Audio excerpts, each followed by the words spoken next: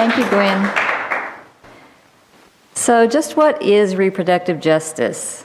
The term was first coined in 1994 by a group of black women who had just returned from the International Conference on Population and Development in Cairo.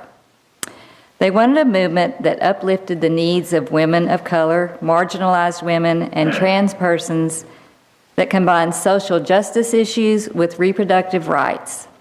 That reproductive rights were not only about choice, but also about access, among other things.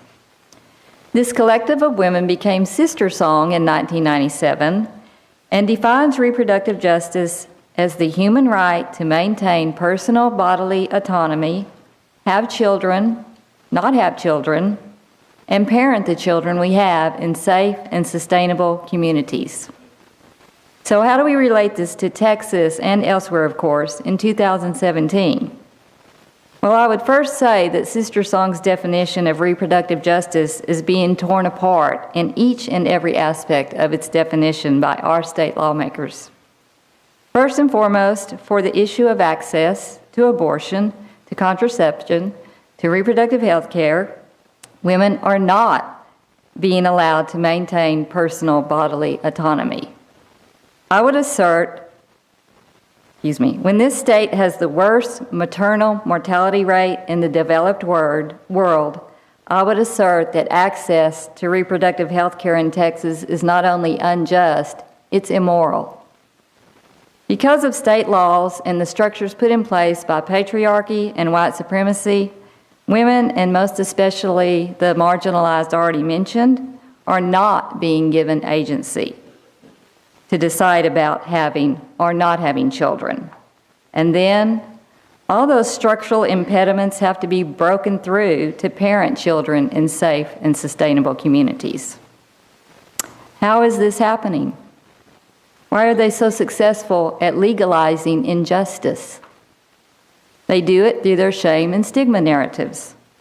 They are successful because they have been loudly proclaiming for decades that anyone who seeks an abortion is a baby killer, that teens and women who want contraceptives are promiscuous. They are successful, at least up through the last few weeks, #MeToo, at proclaiming all the way through the criminal justice system even, that victims of sexual violence are culpable.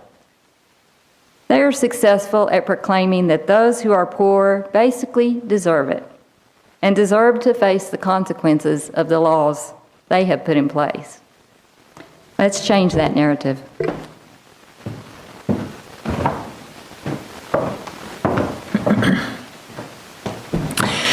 Everyone loves someone who has had an abortion. At the Texas Equal Access Fund, we hear every day from people who want an abortion and are facing huge barriers to access. Most of them have at least one child. Many of them talk about their families as we talk to them on our hotline. Some are married, some live with their parents. For some, despite deeply loving relationships with the people in their lives, sharing with those loved ones about their abortion doesn't feel like an option because of shame and stigma.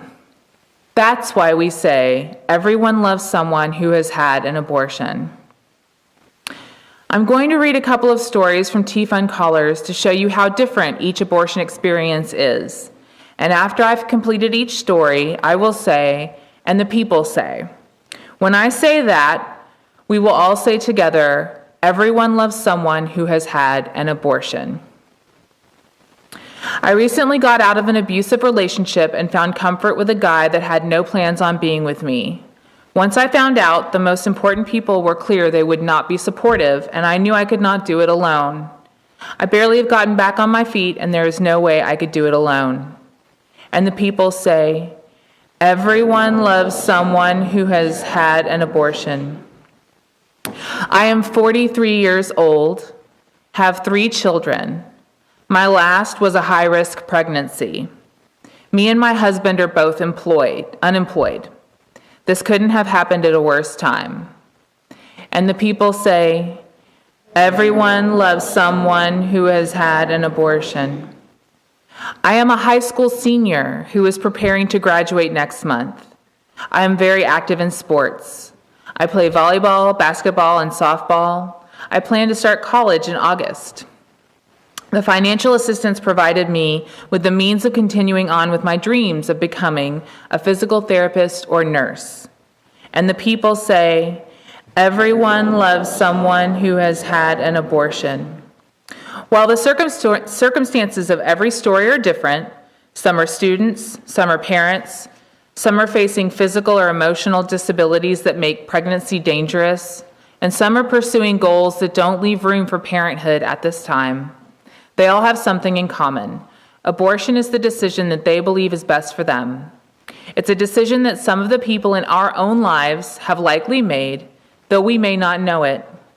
That is why it is important to hear the stories. They help us understand the need for compassion, trust, and respect for every person's reproductive autonomy. And the people say, everyone loves someone who has had an abortion.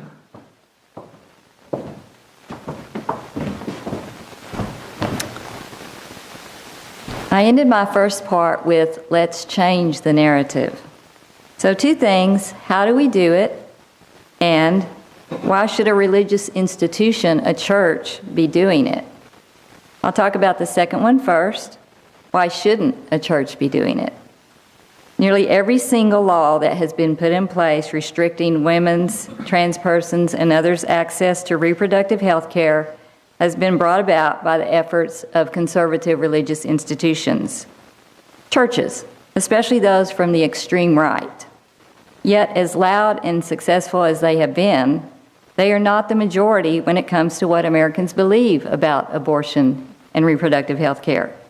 According to the Pew Research Center, even as of December 2016, 69% of Americans do not want Roe v. Wade overturned. Churches like Westside are within that majority. We also uphold justice and accurate science. We need to be among those voices who say what Kentina Washington Leapart of the Religious Institute said. We believe your abortion experience should be supported, respected, and free from stigma. Your emotional well-being is important, and you deserve support and connection. We don't have to start from scratch. Just Texas, Faith Voices for Reproductive Justice has already laid the groundwork for us. Just Texas evolved out of the Texas HB2 bill of 2013 when many clinics had to close, as you may have seen on the posters when you came in. If you haven't got a chance to look at those, please do, and thanks to Janelle Broyle for making those. A core group of pastors, rabbis, and other religious leaders began gathering to discuss the need to respond with a different faith perspective, one that supports safe and legal reproductive health care and individual conscience. If you look at your order of service insert, you'll see the guidelines for how Westside can advocate for reproductive justice. Just as we are a welcoming congregation to LGBTQ people, we can also be a reproductive justice congregation. If you skim down, you'll note 3 levels of involvement: public affirmation of the principles, commitment to regular education around reproductive justice issues, and providing public witness for reproductive justice in the political arena and the media. Westside is already doing some of this. Westsiders participated in the UU Legislative Action Day in Austin last February, witnessing for women's reproductive health care as one of the abortion bill hearings was taking place. And last Thursday, Stephanie Jeffers and I, along with Nan Kirkpatrick and others, participated in the Religious Institute's blessing of Whole Woman's Health here in Fort Worth. And now Lane Smutz is going to tell about an education aspect that Westside has been involved in for a number of years, and one that is fundamental to creating a society in which reproductive justice would be the norm. Morning. Morning. So Cindy asked me to speak a little bit about OWL and how it relates to reproductive justice and possibly our becoming a reproductive justice congregation. So you may ask yourself, what is our whole lives, or OWL, as I just said, if you don't know what it is? Our Whole Lives is the comprehensive sexuality education course, or courses, the church provides to youth of all ages, also adults. I facilitate the middle school and high school age groups, along with some other facilitators. The primary lessons, when I thought about what I wanted to say today as it relates to reproductive justice, are technically titled Unintended Pregnancy Options and Contraception and Safer Sex. So in the first lesson, we try to convey that there's 3 options for coping with an unintended pregnancy. They are having the baby and raising it with a partner and with the help of an adult, having the baby and placing it for adoption, or terminating the pregnancy with an abortion, which could be medical or surgical. As Cindy and Nan have already talked about, the term abortion itself is pretty loaded already. When people think of abortion, they typically envision a surgical procedure. However, this isn't always the case. A medical abortion can be done with prescription medication and performed up to 7 weeks after the last menstrual period. So me and the other facilitators don't declare a moral position on any of these 3 decisions. We let the youth explore their own personal attitudes and feelings regarding this, and then role-play various scenarios to consider the pros and cons of all of these decisions. Ideally, I'm sure all of us would hope that abstaining from sexual intercourse or using contraception consistently and correctly should prevent unintended pregnancy. However, of course, in reality, this idealism doesn't always work in the real world. So the second lesson, which I think centers on this topic, is regarding contraception and safer sex. So we try to cover factual information regarding available methods of contraception and ways to prevent sexually transmitted infections, everything from IUDs, birth control pills, injections, the patch, the ring, and emergency contraception, or what's typically called the morning after pill. So we also talk about male and female condoms, abstinence from intercourse, and natural family planning, or what is generally called rhythm. So reproductive justice is obviously important to all of us. We view it as a right, not just a privilege. In OWL, we strive to give the youth and adults, if we're teaching an adult class, factual information regarding all the aspects of sexuality, including transgender issues, which Nan and Cindy talked about. We don't try to preach maybe an absolutist view about morality or when life begins. I hope we can all help continue to educate young and old about the importance of this issue as we decide to become a reproductive justice congregation. Thank you.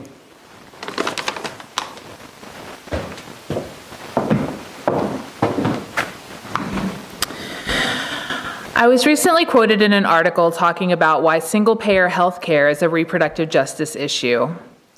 Spending time talking to T-Fund callers, it would be impossible not to see access to health care as having an impact on people's reproductive lives and their ability to be whole, thriving individuals.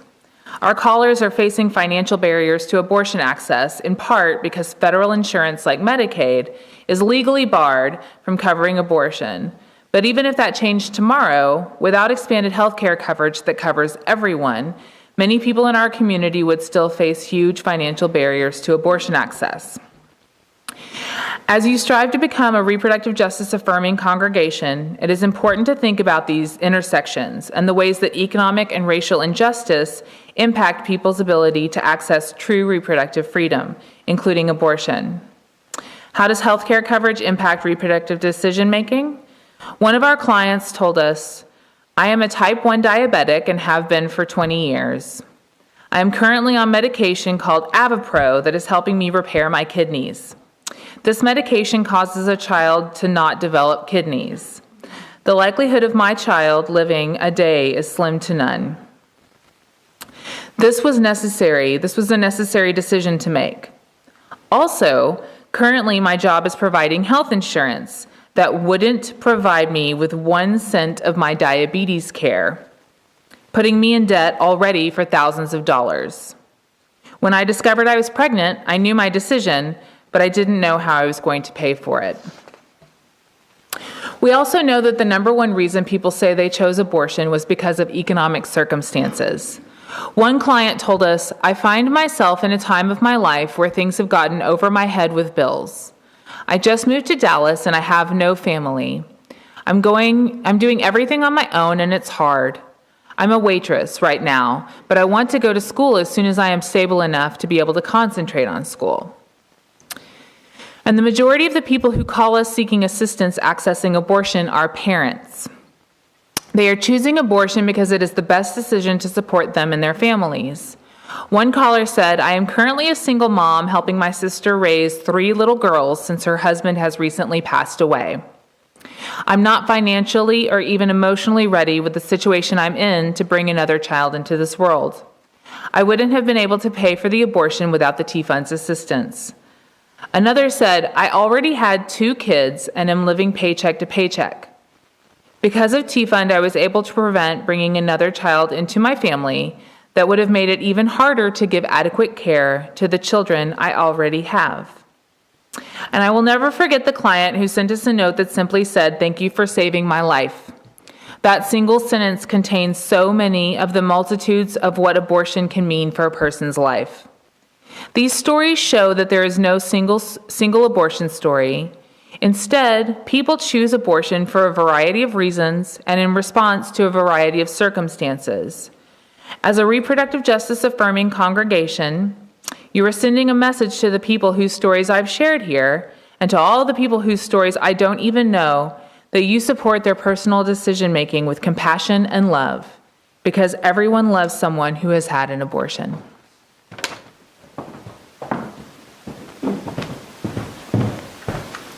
So if Westside becomes a reproductive justice congregation, I envision it building on what has been shared today. More education, not just for our children, but for ourselves and our wider community. I envision collaboration with other churches and reproductive justice organizations like Texas Equal Access Fund. I envision a narrative of non-stigmatization being public, as it was in the Women's March, for example. Anyone remember "I'm not overreacting"? But I'd show you my ovaries, but seriously, we need to come out of the shadows when it comes to voicing support for reproductive justice. There's room and need for Westside to be involved. This is how we are called to practice our UU faith. Thanks for listening, and if you'll fill out a comment card about us becoming a reproductive justice congregation, you can put it in the red box at the back.